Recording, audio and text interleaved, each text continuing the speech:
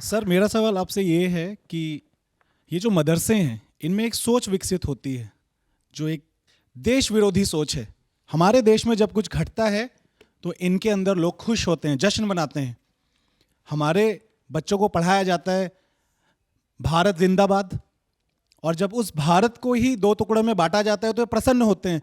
इस सोच का निवारण किस प्रकार हो, मेरा ये सवाल मैं है आपके सर। बस सवाल को दुरुस्त करूंगी। पांचों उंगलियां बराबर नहीं होती और हर मदरसा ऐसा नहीं है कि यही सब सिखाएगा, तो इसको आप अपनी भावनाओं का मैं आपका कदर करती हूं, लेकिन जनरलाइज करने से हमें बचना चाहिए, क्योंकि वो लोग तो चाहते यही हैं कि हमें फूट पड़े, और हमें फूट नहीं पड़ने देनी है। जनरलाइज नहीं करना है, चौकन्ने रहना है, जनरलाइज नहीं करना है। सर हाँ बिल्कुल,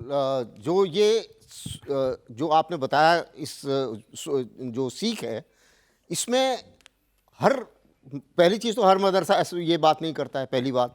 दूसरी चीज़ ये है कि जो ये नैरेटिव है, ये एक तरीके से हम सभी, इसीलिए बार बार हम लोग अपील करते हैं सभी मुस्लिम क्लेरिक्स से, सभी मुस्लिम पढ़े लिखे लोगों से, मुस्लिम लीडर से, कि आप सामने आएँ। क्योंकि अगर यही चीज़ कि भाई भारत में सबको एक साथ रहना है, देश के लिए काम करना है, यही चीज़ उनके मुंह से आए तो उसका इफेक्ट ज़्यादा होगा, बजाय इसके कि ये चीज़ हमारे लीडर्स के मुंह से आए।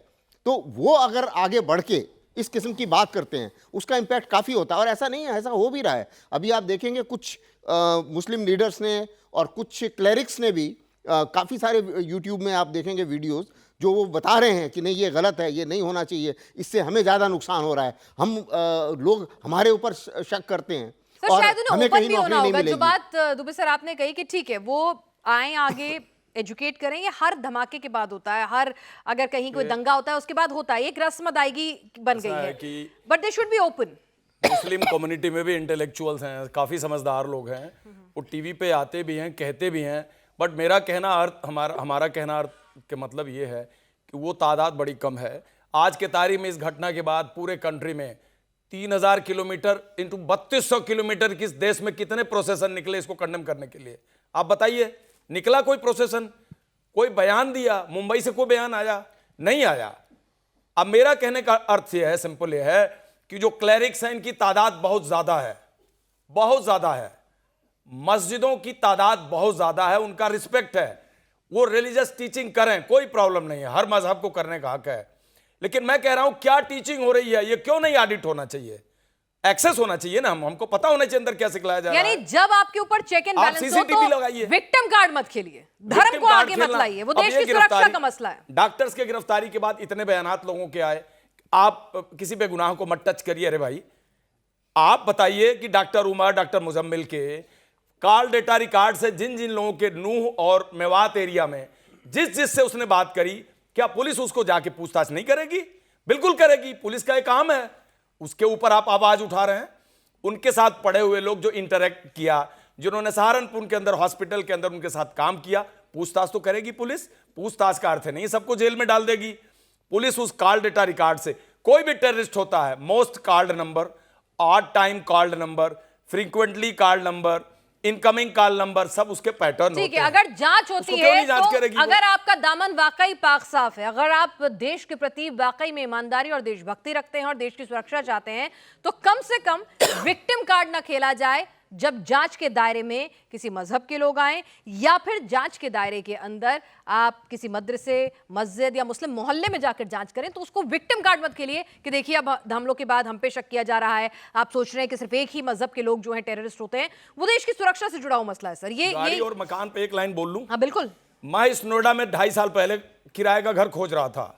किराए पर जो घर देता है, हमारी मेंटेलिटी देखिए सोसाइटी की, 4-5 सवाल पूछता है, आपका परिवार कितना बड़ा है, आपके घर कोई बूढ़ा तो नहीं है, आप रात देर तक तो नहीं जगते हैं, आपको पार्किंग कितने चाहिए। हमारे यहां किराए पर घर देने का क्राइटेरिया हो कितना पैसा देगा। आपको पता है पार्लियामेंट अटैक के लोग, उन्होंने 6 महीने से किराए पर कहां घर लिया था? Patel chest area, north campus Delhi university के एरिया में। उनको कौन घर देता है? घर तो हम आप देते हैं ना। कार, हम आप कार खरीदने चले जाएं, ऑडिट कर देगा कार सेलर, इसमें कैश पेमेंट पे कार दी जा रही है, 4-5 हाथों से कार सेल हो रही है। हमको आपको एक चौराहे पर 20,000 रुपया ज्यादा डील करने वाला मिल जाए, हम तुरंत उसको कार दे देते हैं without verifying anything.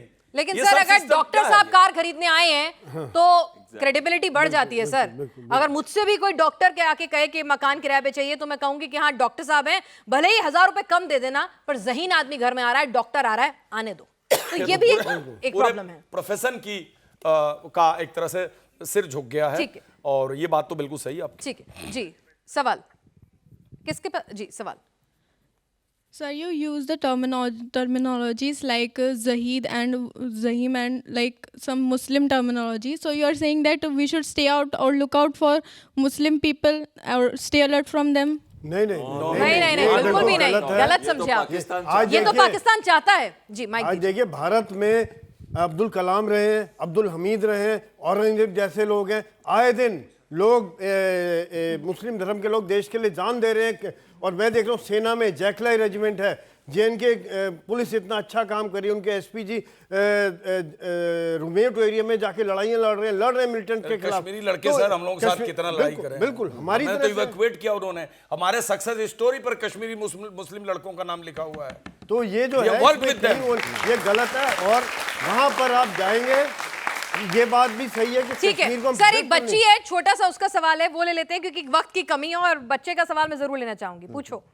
Asthana sir, जो आज कश्मीर के पुलिस स्टेशन में ब्लास्ट हुआ है, क्या वो भी एक टेररिस्ट अटैक है? नहीं बेटे, वो टेररिस्ट अटैक नहीं है, क्योंकि ऐसा अभी उनकी पुलिस ने बताया है कि वो छानबीन के टाइम में एक्सीडेंटल ट्रिगर हो गया, और एक्सीडेंटल ट्रिगर होने के कारण वो टेररिस्ट एक्शन नहीं है, क्योंकि ये जो एक्सप्लोजिव पकड़ा गया था दिल्ली में, उसको वहाँ ले जाना जरूरी था, वो वहाँ पर उसकी छानबीन कर रहे थे और उसी में ये एक्सीडेंट हो गया। तो वो एक तरीके से एक्सीडेंट है, ऐसा अभी उन्होंने सबने क्लेरिफाई किया।